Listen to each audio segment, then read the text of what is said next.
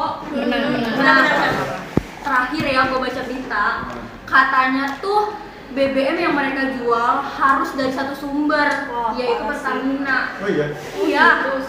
Nah, kebijakan publik ini tuh kayak merubah total banget gak sih? Dari peta persaingan energi ini tuh kayak berubah banget gak sih gara-gara kebijakan publik yang baru ini? Bener sih. Nih, sepengetahuan gua ya, kebijakan itu dibuat bukan semata tanpa dasar gitu. Nih gue lihat juga di berita ini, dilihat dari konstitusi pasal 33 Undang-Undang Dasar tahun 1945 yang menyatakan sumber daya alam itu dikuasai penuh oleh negara. Lalu dilihat lagi dari peraturan Menteri ESDM itu bertujuan untuk menguatkan kedaulatan negara itu sendiri. Jadi pada intinya negara Indonesia itu pengen menguasai seluruh pasokan energi di Indonesia kayak gitu guys. Kacau. Ada juga nih sudut pandang dari administrasi publik. Nah sebenarnya ini kebijakan ini banyak manfaatnya.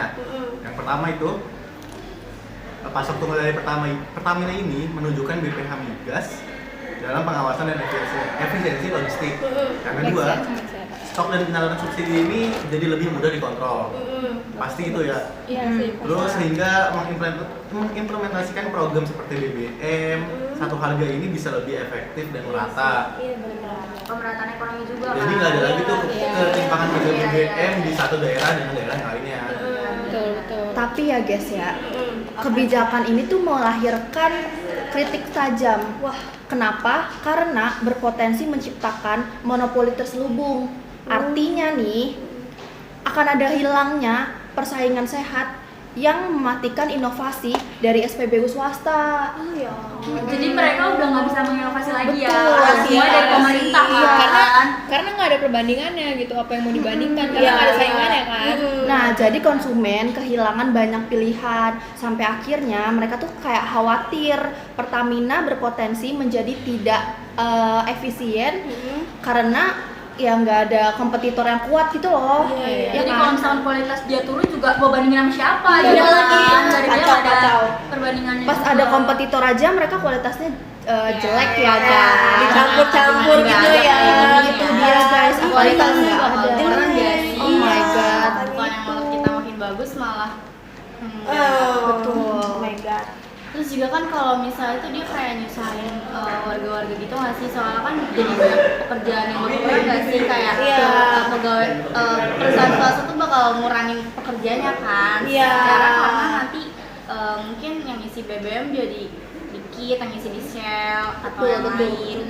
Yang tadinya 92 ada jadi nggak ada, malah adanya cuma buat diesel kan? Jadi kayak harusnya itu nambahin 19 juta lapangan pekerjaan malah Sebaliknya. lapangan pedol. Sebaliknya ya.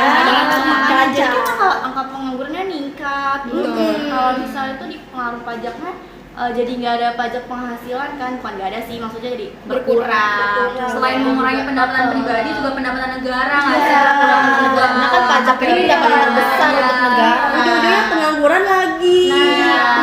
Gimana mau ningkatin kesejahteraannya kalau kayak gitu ya kan? Ya tapi kan ya guys ya, ya kita mau kemana anjir, kita mesti tiba-tiba pindah ke luar negeri kan nggak mungkin kan. Jadi ya kita terima aja apa yang terjadi di Indonesia ini kan, nggak mungkin kita tiba-tiba ngilang gitu juga nggak mungkin. Nah cuman paling kita mikirin aja ke depannya kita bakal ngapain nih, karena kebijakan ini tuh kayak bisa dibilang kayak semacam pertaruhan lah antara kedaulatan di satu sisi sama kompetisi serta inovasi di sisi lain.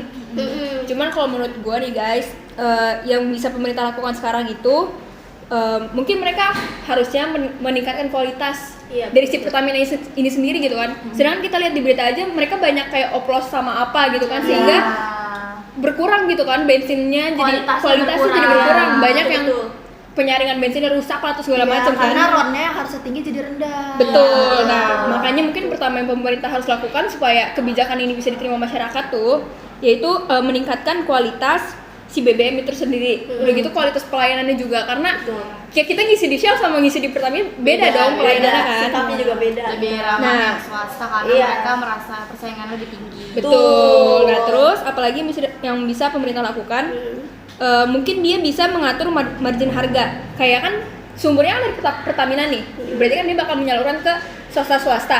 Nah gimana sih Pertamina ini bisa mengatur harganya untuk dia jual ke pihak-pihak swasta gitu kan, supaya ya nggak ada ketimpangan gitu, dan apa yang mereka jual harus sesuai sama nilainya gitu kan. Ada kualitas, ada harga. Betul. Nice. Nice. Terus kita juga harus memastikan adanya mekanisme pengawasan.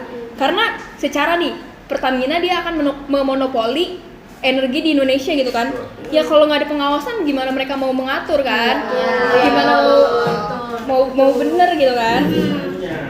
Terus kalau misalkan selain udah nih menyalurkan, udah ada pengaturannya, yang paling penting sih transparansi pasti kan. Kita harus tahu nih jalannya kemana, di prosesnya kita harus tahu dong. Cuman kan kalau ngomongin transparansi di negara ini Kayaknya kurang tepat ya. Ya. kalau dari pejabatnya aja sih ya. Yang tadi gue bilang ya kan, pasti ada monopoli terselubung. Iya. Nah, kita cuma bisa memantau aja apakah biaya kehilangan inovasi dan potensi PHK ini sepadan dengan manfaat keamanan energi yang kita dapatkan. Gitu aja sih guys, kita cuma bisa ngawasin aja. Benar. Jadi kita lihat aja kebijakan pemerintah selanjutnya kayak gimana. Gitu aja ya guys.